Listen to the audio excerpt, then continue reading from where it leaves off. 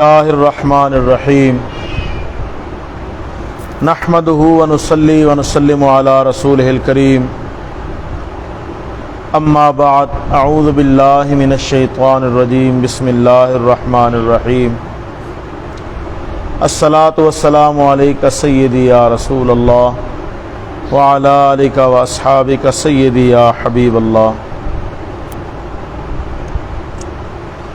قرآن پاک کے 26ویں پارے کی سورہ حجرات کی چند آیات کا ترجمہ اور تفسیر آپ کے سامنے بیان کروں گا۔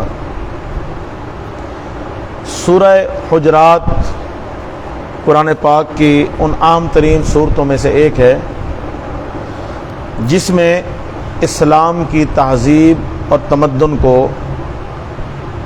اجاگر کیا گیا ہے، اور اس کے ساتھ ساتھ حضور سید عالم صلی اللہ علیہ وسلم کی بارگاہ کے جو آداب ہیں وہ بھی اس صورت میں سکھائے گئے ہیں۔ دیکھیں، دنیا میں جتنی کوئی بڑی شخصیت ہو اس کا پروٹوکول انسان بناتے ہیں، صدر ہو، وزیر اعظم ہو، کوئی بھی ہو، اس کا پروٹوکول انسان بناتے ہیں۔ قربان جاؤں اپنے آقا کی شان پہ کہ حضور کا پروٹوکول اللہ نے عطا فرمایا ہے کہ حضور کے بارگاہ کی کیا احترام ہیں، کیا عزتیں ہیں، اور کیا جو ہے حضور سید عالم صلی اللہ علیہ وسلم کے حقوق ہیں اور کتنی اہمیت ہے، یہ سب اللہ رب العالمین نے عطا فرمائے ہیں۔ ذرا غور فرمائیں، اللہ رب العالمین نے ارشاد فرمایا، یا ایھا الذین آمنوا لا تقدموا بین یدی اللہ ورسولہ۔ فرمایا، اے ایمان والو، اللہ اور اس کے رسول سے کبھی آگے نہ بڑھنا، اللہ اور اس کے رسول سے آگے نہ بڑھنا۔ اب ذرا غور کریں، اللہ سے آگے کون بڑھ سکتا ہے؟ کوئی نہیں بڑھ سکتا۔ حقیقت یہ ہے کہ اللہ پاک نے یہ فرمایا، میرے محبوب سے آگے نہ بڑھنا۔ میرے محبوب سے جو آگے بڑھے گا وہ اللہ کے آگے بڑھا ہے۔ اللہ اور اس کے رسول کے جو احکام ہیں ان کا انتظار کرنا، جو وہ حکم دیں اس پر عمل کرنا، آگے نہ بڑھنا کہ اپنی طرف سے شروع ہو جانا، یا کسی بھی معاملے میں، کسی بھی عمل میں میرے محبوب سے آگے نہ بڑھنا، ہمیشہ ان کی اتباع کرنا، ان کی پیروی کرنا۔ تو فرمایا، اے ایمان والو، نہ آگے بڑھو اللہ اور اس کے رسول کے، واتقوا اللہ، اور اللہ سے ڈرو، ان اللہ سمیع علیم، بے شک اللہ سنتا بھی ہے، جانتا بھی ہے۔ دوسری آیت اللہ رب العالمین نے ارشاد فرمایا، یا ایھا الذین آمنوا لا ترفعوا اصواتکم فوق صوت النبی۔ اے ایمان والو، نبی پاک کی بارگاہ میں نبی پاک کی آواز سے اونچی آواز نہ نکالنا، نبی پاک کی بارگاہ میں اونچی آواز سے بات نہ کرنا۔ وَلَا تَجْهَرُوا لَهُ بِالْقَوْلِ كَجَهْرِ بَعْضِكُمْ لِبَعْضٍ، اور فرمایا کہ جس طرح تم آپس میں ایک دوسرے کے ساتھ جہر کرتے ہو، بحث مباحثہ کرتے ہو، تکرار کرتے ہو، میرے محبوب کی بارگاہ میں کبھی ایسے نہ کرنا۔ حضور کی بارگاہ میں اونچا بولنا جائز نہیں ہے، حضور کی ظاہری زندگی میں بھی اور حضور کے وصال کے بعد بھی۔ حضرت عمر رضی اللہ تعالیٰ عنہ کے دور میں دو شخص مسجد میں بیٹھے تھے، ایک مسئلے پر گفتگو کرتے کرتے ان کی آوازیں اونچی ہو گئیں، تو حضرت عمر نے ان کو بلوایا اور فرمایا، کیا تم نے اللہ کا فرمان نہیں پڑھا کہ محبوب کی بارگاہ میں اونچی آواز سے بات نہ کرنا؟ تم آوازیں اونچی کر رہے ہو۔ حضرت عمر نے ان کو کوڑے لگوائے تھے۔ تو یاد رکھیں، حضور کی بارگاہ کے آداب میں سے ادب ہے کہ حضور کی بارگاہ میں اونچی آواز سے بات نہیں کرنی۔ ابھی جو ہے ہمارا سیاست سے تعلق نہیں ہے، ہم قرآن اور دین کی بات کرتے ہیں۔ ابھی جو مسجد نبوی شریف کا تقدس پامال ہوا ہے، غلط ہوا ہے۔ مسجد کا تقدس پامال ہوا اور حضور کی بارگاہ میں اونچی آوازیں نکالی گئی، وہاں تو ادب ہے، احترام ہے۔ عاشق تو کہتے ہیں کہ وہاں سانس بھی سوچ کے لو کہ کہیں بے ادبی نہ ہو جائے۔ اعلیٰ حضرت رحمۃ اللہ علیہ نے فرمایا، سامنے ہے نوبہار، سجدے کو سر ہے بے قرار، روکیے سر کو روکیے، یہی تو امتحان ہے۔ تو وہ بہت بڑی بارگاہ ہے۔ تو فرمایا کہ میرے محبوب کی بارگاہ میں اونچی آواز سے بات نہ کرنا، اور آپس میں جس طرح بحث کرتے ہو، کوئی مسئلہ ہو جائے ایسے ایسا ہے، حضور جو فرما دیں بس عمل کرو، وہاں بحث مباحثے کی گنجائش نہیں ہے، حضور جو فرما دیں بس اس پر عمل کرو، بس اس پر عمل کرو۔ اور اگر تم نے ایسا کیا، حضور کی بارگاہ میں اونچی آواز سے بات کی، حضور سے آگے بڑھنے کی کوشش کی، یا حضور کے معاملے میں بحث و مباحثہ سے کام لیا، ان تحبط اعمالکم وانتم لا تشعرون، تمہارے اعمال ضبط ہو جائیں گے اور تمہیں پتہ ہی نہیں چلے گا۔ جو یہ جرم کرے گا اس کے اعمال، اس کی نیکیاں ضبط ہو جائیں گی، اور فرمایا شعور بھی نہیں ہوگا، شعور بھی نہیں ہوگا۔ بہت بڑے آداب ہیں۔ اچھا، جب یہ آیت اتری نا تو صحابہ کرام ویسے بھی احتیاط کرتے تھے، اس کے بعد بہت احتیاط کرتے تھے۔ حضرت سیدنا ابوبکر صدیق رضی اللہ تعالیٰ عنہ بہت احتیاط کرتے تھے، بڑا دھیمے انداز میں بات کرتے تھے، بعض اوقات حضور کو 2 دفعہ بات پوچھنی پڑ جاتی تھی۔ تو جو حضور کی بارگاہ میں دھیمے انداز میں بات کرتے تھے نا حضرت سیدنا صدیق اکبر جیسے صحابہ، تو اللہ پاک نے ان کے لیے کیا فرمایا؟ اللہ پاک نے ارشاد فرمایا، ان الذين يغضون اصواتهم عند رسول اللہ، فرمایا بے شک وہ لوگ جو پست رکھتے ہیں اپنی آوازوں کو رسول اللہ کی بارگاہ میں، جو لوگ اپنی آوازوں کو رسول اللہ کی بارگاہ میں پست رکھتے ہیں، ایسا رکھتے ہیں، اولئک الذین امتحن اللہ قلوبہم للتقوی، فرمایا یہی تو وہ لوگ ہیں کہ جن کے دلوں کو اللہ نے تقوی کے لیے چن لیا ہے، ان کے دلوں کو اللہ نے تقوی کے لیے چن لیا ہے، جو رسول اللہ کی بارگاہ کا احترام کرتے ہیں۔ بے شک نماز پڑھنا تقوی کا کام ہے، بے شک روزہ رکھنا تقوی کا کام ہے، حج زکوٰۃ تقوی کا کام ہے، لیکن اللہ کیا فرما رہا ہے؟ جو میرے محبوب کی بارگاہ کا احترام کرتے ہیں نا، ہم نے ان کے دلوں کو تقوی کے لیے چن لیا ہے۔ اور یہ آیت خاص طور پہ حضرت سیدنا صدیق اکبر کے بارے میں ہے کہ حضرت سیدنا صدیق اکبر، اللہ کیا فرما رہا ہے ان کے لیے کہ ہم نے ان کے دلوں کو تقوی کے لیے چن لیا ہے۔ ارے جن کے تقوی کی اللہ گواہیاں دے، آج لوگ ان پر باتیں کریں،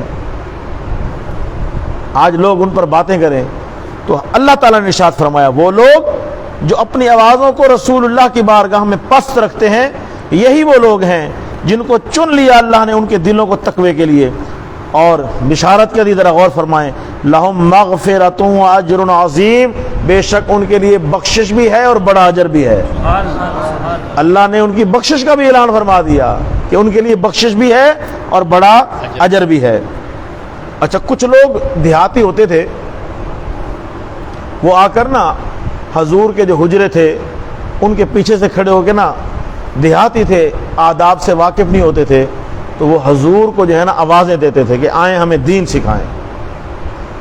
اللہ پاک نے کیا فرمایا؟ ارشاد فرمایا، ان الذین ینادونک من وراء الحجرات، فرمایا بے شک وہ لوگ جو آپ کو حجروں کے پیچھے سے آوازیں دیتے ہیں، اکثرہم لا یعقلون، اکثر یہ بے عقل ہیں، ان کو عقل نہیں ہے، ان کو پتہ ہی نہیں ہے کہ کرنا کیا ہے، کیا کرنا ہے۔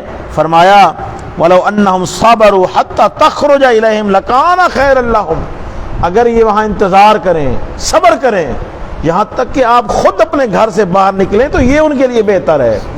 اندازہ لگائیں، آج مجھے کوئی ملنے آئے، آپ کو کوئی ملنے آئے، اجازت ہے اس کو، شریعت نے اجازت دی ہے کہ دروازہ بجائے، اب جدید دور آ گیا، فون کر کے بھی میں ملنے آ رہا ہوں۔ تو حضور کی بارگاہ کا ادب کیا ہے؟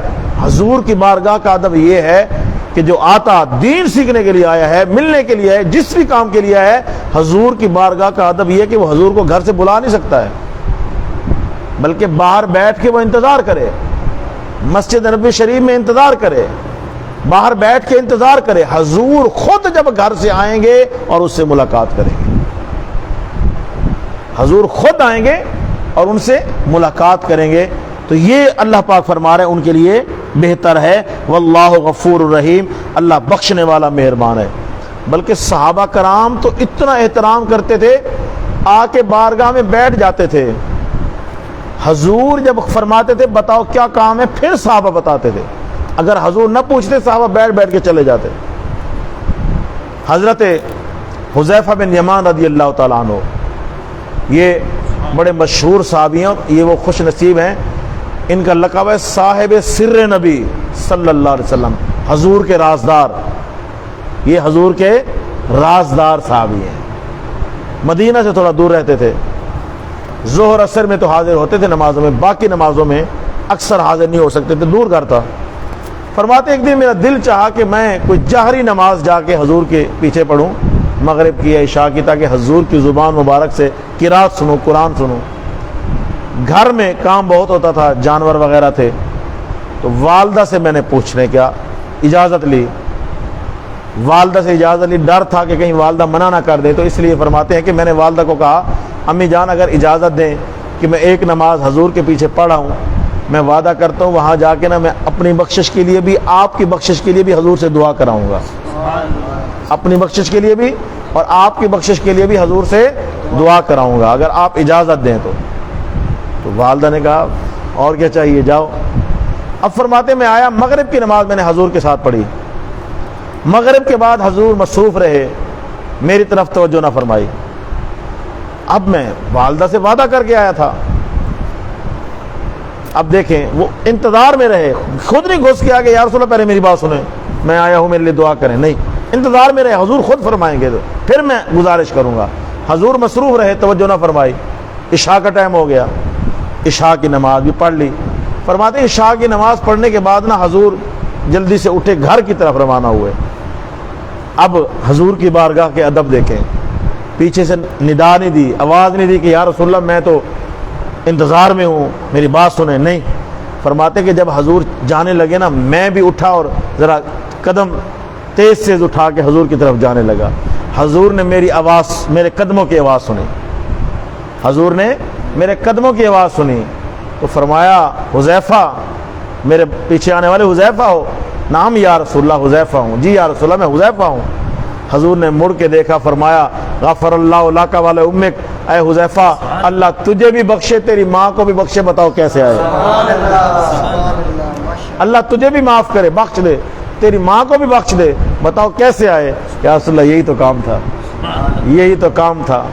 قربان میں ان کی بخشش پہ مقصد بھی زباں پر آیا نہیں، بن مانگے دیا اور اتنا دیا دامن میں ہمارے سمایا نہیں.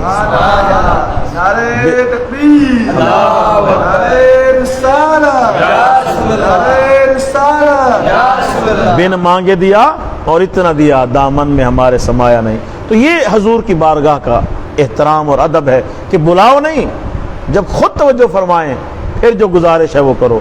گھر سے بلاؤ نہیں، جب گھر سے خود تشریف لائیں پھر بات کرو. تو فرمایا اگر وہ صبر کریں اور یہاں تک کہ آپ ان کی طرف نکلیں، لکان خیر اللہم، یہ ان کے لیے بہتر ہوگا. واللہ غفور الرحیم، اللہ بخشنے والا ہے، مہربان ہے. اس کے بعد اللہ رب العالمین نے کچھ معاملات کے حوالے سے ارشاد فرمایا، اور اس کے بعد اللہ رب العالمین نے کچھ مومنوں کو جو ہے نصیحتیں بھی فرمائی ہیں.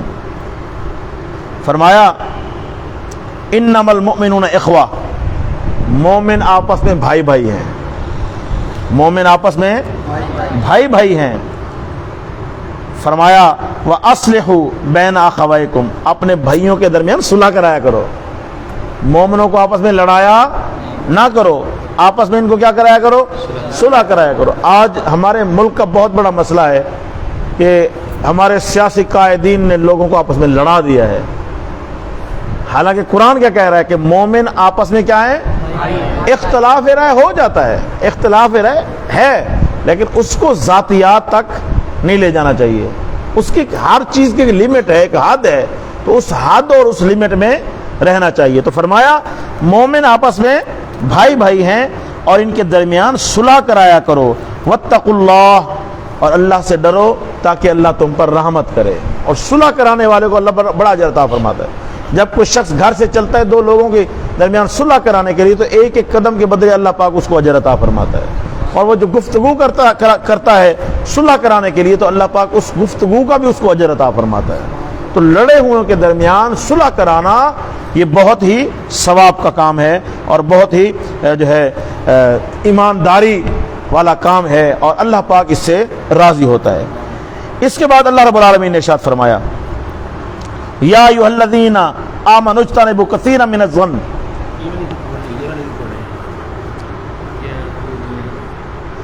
جی ہاں ماشاءاللہ قاری صاحب نے توجہ کرائی، یہ بھی بڑی اہم آیت ہے. اللہ رب العالمین نے ارشاد فرمایا یا ایھا الذین آمنوا لا یسخر قوم من قوم عسى ان یکونوا خیرا منہم. ہوتا کیا ہے، محفل لگی ہو نا تو لوگ کیا کرتے ہیں، بھئی میری ذرا واہ واہ ہو جائے، لوگ میری بات پہ ہنسیں، تو کسی بیچارے کو نشانہ بنا لیا، اس کی مذاق اڑا رہے ہیں، یہ ایسا ہے یہ ویسا ہے، تمسخر کر رہے ہیں، مذاق اڑا رہے ہیں. تو اللہ پاک نے کسی کا مذاق اڑانے سے منع فرمایا ہے. جو جس حال میں ہے اس کا مذاق نہیں اڑانا. کیا پتا کہ اللہ اس سے راضی ہو، کوئی پتہ نہیں نا وہ مالک کس ادا میں راضی ہو جائے. ہم اپنے آپ کو بہت کچھ سمجھیں اور دوسرے کو گھٹیا اور عجیب و غریب سمجھیں تو یہ بڑا نامناسب کام ہے. کسی کا مذاق اڑانا، کسی کے ساتھ تمسخر کرنا یہ حرام ہے، کسی کی دل آزاری کرنا یہ حرام ہے. آج یہ بڑا مسئلہ ہے، محفلوں میں کسی ایک کے پیچھے لگ جاتے ہیں سب، اس کا مذاق اڑا کے اس کا جو ہے بیڑا غرق کر دیتے ہیں. تو اللہ پاک نے فرمایا یا ایھا الذین آمنوا، اے ایمان والو کسی قوم کا مذاق نہ اڑاؤ جو تم میں سے قومیں ہیں. قریب ہے کہ ہو وہ بہتر تم میں سے. مرد کا مذاق نہ اڑائیں، عورتوں کا مذاق نہ اڑائیں، کیونکہ ہو سکتے وہ عورت ان میں سے کیا ہو، بہتر ہو. اور اللہ پاک نے فرمایا کسی کو برے القاب سے بھی یاد نہ کرو، برے لقب سے، برے نام سے، نام بگاڑ کے بھی کسی کو نہ بلاؤ. فرمایا کسی کو برے القاب سے، برے ناموں سے کسی کو نہ بلاؤ، نام نہ بگاڑو، جو اس کا نام ہے وہی نام بلاؤ. آج جو ہے نا 100 میں سے کوئی 5 ہی ایسے ہوتے ہیں جن کا نام سیدھا لیا جاتا ہے، الٹے نام، اور ہم اپنی طرف سے نام رکھ دیتے ہیں. تو اس سے اللہ پاک نے منع فرمایا کہ برے القاب سے. ہاں کوئی لقب دینا ہے تو اچھا لقب دیں، جیسے ہم مدرسے کے طلباء کو مولانا، قاری صاحب، علامہ صاحب یہ لقب دیتے، اچھے لقب دیں. ایسا لقب دیں جس میں اس کی تعریف ہو، اس کے لیے دعا ہو. ایسا لقب نہ دیں کہ وہ بیچارہ سنے اور اس کی بے عزتی ہو جائے، ایسا لقب نہیں دینا چاہیے. تو اللہ پاک نے فرمایا کہ برے القاب سے کسی کو نہ پکارو، اور فرمایا یہ جو ہے نا بہت بڑا گناہ ہے. ایمان کے بعد، ایمان لانے کے بعد کسی کو زیب نہیں دیتا کہ کسی کو برے لقب سے بلائے. فرمایا یہ گناہ ہے.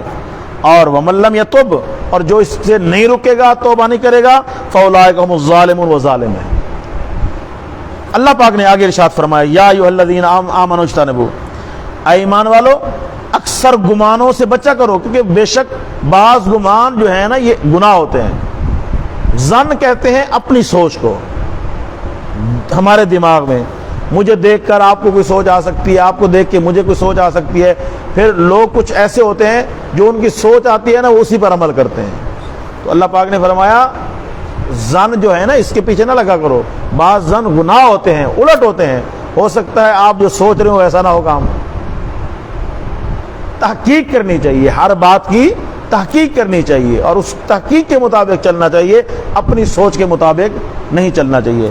تو فرمایا بے شک بعض ظن جو ہے نا وہ گمان ہے اور گناہ ہے. اور فرمایا وَلَا تَجَسَّسُوا، اور ایک دوسرے کی جاسوسی نہ کیا کرو. چھپ چھپ کے کسی کی باتیں سننا، چھپ چھپ کے کسی کو دیکھنا، اس سے اللہ پاک نے منع فرمایا ہے. فرمایا وَلَا تَجَسَّسُوا، ایک دوسرے کی جاسوسی نہ کیا کرو.